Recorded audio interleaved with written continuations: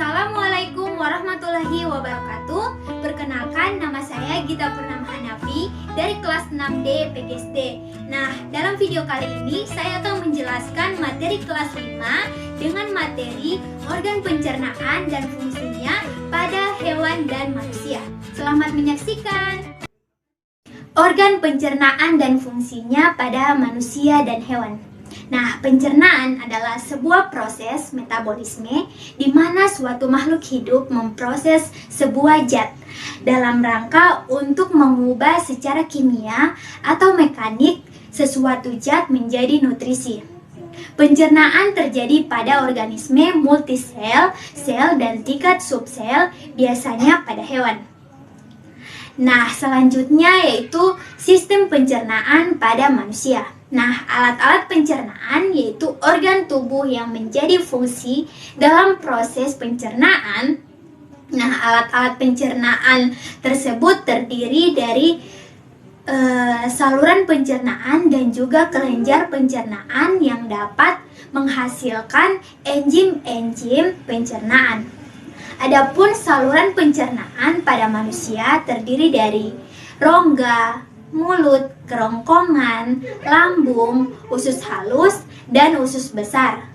Nah, setelah makanan masuk ke dalam mulut, kemudian makanan akan dicerna sepanjang saluran makanan. Makanan yang sudah tidak bisa tercerna akan dibuang keluar tubuh dalam bentuk tinja atau fase. Nah, adapun fungsi pencernaan manusia yaitu yang pertama mulut. Mulut merupakan gerbang saluran pencernaan manusia. Proses pencernaan di mulut mulai terjadi saat makanan siap masuk ke dalam mulut. Saat itu sistem pencernaan akan mulai mengeluarkan air liur untuk membasahi mulut. Kemudian yang kedua ada tenggorokan. Di dalam tenggorokan terdapat dua rongga. Satu rongga yaitu mengantarkan makanan ke esofagus dan satu lagi rongga pernapasan. Maka saat makanan mulai masuk ke tenggorokan ada dua hal yang mungkin terjadi. Jika makanan melewati jalur tenggorokan yang benar, makanan akan sampai di esofagus dan melanjutkan proses pencernaan. Sedangkan jika makanan masuk ke jalur yang salah atau pernafasan, maka kita akan tersedak. Maka dari itu, untuk mencoba makanan melewati jalan yang salah, di dalam tenggorokan ada epiglotis yang berbentuk seperti daun. Fungsinya hampir sama seperti pintu otomatis, bisa membuka dan menutup sesuai dengan kebutuhan.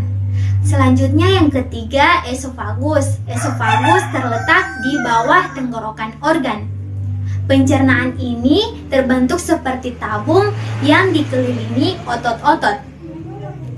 Fungsi esofagus yakni menghaluskan makanan menjadi bagian yang lebih halus dari kecil agar mudah dicerna oleh lambung.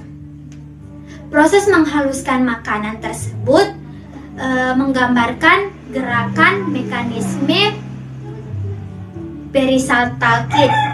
Kemudian yang keempat, lambung. Alat pencernaan manusia selanjutnya adalah lambung. Lambung memiliki fungsi sebagai berikut. Yang pertama, mencerna makanan menggunakan proses pencernaan kimia, di mana makanan akan dicerna oleh enzim dalam getah lambung yang dihasilkan oleh sel kelenjar dinding lambung. Yang kedua, menghasilkan enzim-enzim tertentu, pepsin, renin, dan klorida. Enzim-enzim ini membantu proses pencernaan kimiawi. Saat sudah dicerna oleh lambung, konsistensi makanan sudah berbentuk menyerupai pasta atau cairan. Kemudian yang kelima, usus halus. Dalam proses pencernaan, usus halus dibagi menjadi 3 bagian, yaitu memiliki fungsi masing-masing. Yang pertama, usus 12 atau jari berfungsi untuk terus memecahkan dan mengelola makanan. Kemudian yang kedua, jejunum berfungsi melakukan penyerapan nutrisi makanan ke dalam aliran darah. Yang ketiga, ileum merupakan pintu akhir dari usus halus. Ileum berfungsi sebagai pengantar sisa makanan yang belum diproses oleh usus halus ke usus besar. Kemudian yang keenam, usus besar. Di usus besar, makanan yang masuk berupa sisa-sisa dari pencernaan, namun proses pencernaan masih terjadi di usus besar. Usus besar memiliki fungsi seperti yang pertama, menyerap air sisa proses pencernaan. Yang kedua, memindahkan sisa proses pencernaan yang sudah tidak ada airnya menuju ke rektum, lalu anus. Umumnya sisa makanan membutuhkan waktu sekitar 36 jam untuk melewati usus besar. Nah, kemudian ada sistem pencernaan pada hewan. Sistem pencernaan pada hewan pada dasarnya memiliki fungsi yang sama dengan manusia, yaitu mencerna makanan atau menghaluskan makanan hingga menjadi sari-sari makanan yang dapat diserap oleh tubuh menggunakan alat-alat atau organ pencernaan yang dilakukan secara mekanik maupun kimia. Nah, hewan-hewan herbivora atau pemakan rumput seperti sapi, domba, dan kerbau disebut hewan pemamah biak atau ruminansia. Saluran pencernaannya terdiri atas mulut, kerongkongan, perut besar atau rumen, perut jala atau retikulum, perut kitab atau omasum, perut masam atau abomasum, usus halus, usus besar, rektum, dan anus. Nah, fungsi dari masing-masing organ pencernaan hewan pemamah biak yaitu yang pertama, mulut. Di dalam rongga mulut terdapat gigi, lidah, dan kelenjar ludah. Hewan pemamah biak tidak memiliki gigi seri atas dan gigi taring. Namun gigi geraham lebih banyak dibandingkan dengan gigi manusia. Gigi seri digunakan untuk menjepit dan memotong makanan. Gigi geraham digunakan untuk menggilas makanan. Di dalam mulut terdapat enzim selulase yang berfungsi untuk mengubah selulosa menjadi glukosa. Kemudian yang kedua, kerongkongan. Hewan pemamah biak memiliki kerongkongan yang sangat pendek, lebar, dan berdinding tipis. Kemudian perut besar atau rumen. Rumen digunakan sebagai tempat penyimpanan makanan yang masih kasar yang berasal dari kerongkongan. Di rumen terjadi pencernaan protein dan proses fermentasi oleh enzim selulase. Kemudian ada perut jala atau retikulum.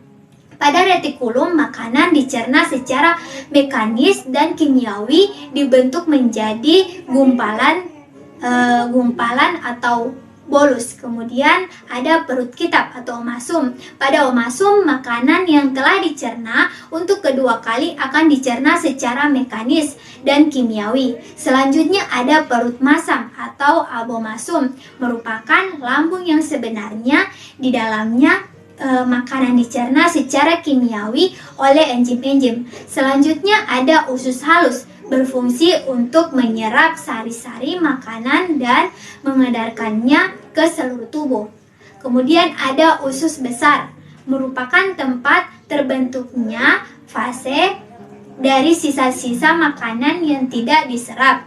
Selanjutnya ada rektum dan anus. Usus berakhir dengan rektum dan kemudian sisa-sisa makanan akan dikeluarkan melalui anus. Nah, terima kasih. Itulah materi yang bisa saya jelaskan. Lebih dan kurangnya saya mohon maaf. Semoga bermanfaat. Assalamualaikum warahmatullahi wabarakatuh.